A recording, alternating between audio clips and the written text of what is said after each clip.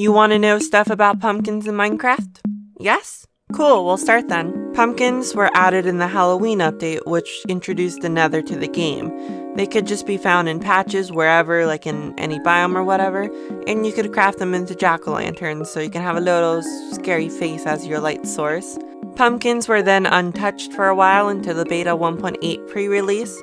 In this version, Mojang made pumpkins farmable with the same method as the just then added melons.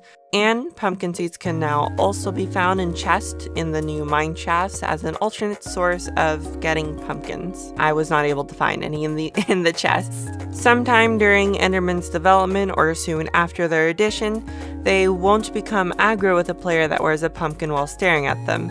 I wasn't able to find a concrete date for this pumpkin feature, so sorry. September of 2011, Mojang introduced our frosty pal, the snow golem.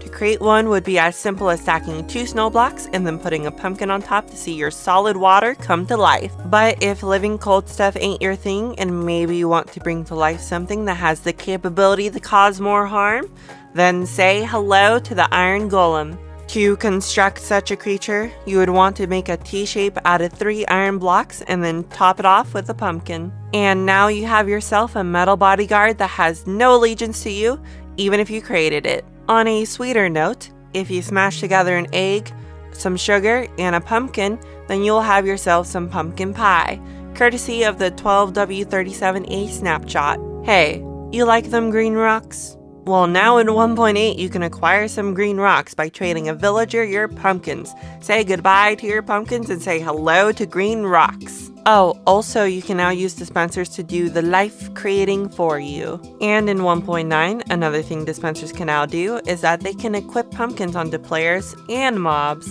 I would say that 1.13 brought the biggest change to pumpkins. They renamed the pumpkin to carved pumpkin and then added a different pumpkin block with no face, just called pumpkin. To acquire a carved pumpkin now, you will need to use shears on a pumpkin block to shear in its face or carve out the face or whatever, and this action will also give you pumpkin seeds, so a good way to get a bunch of pumpkin seeds, I suppose. The texture of the pumpkin was then updated in 1.14 alongside many of the other game's textures. And for the last piece of pumpkin history I want to share with you, in 1.14, if a note block is on top of a pumpkin, it will use a didgeridoo as its instrument.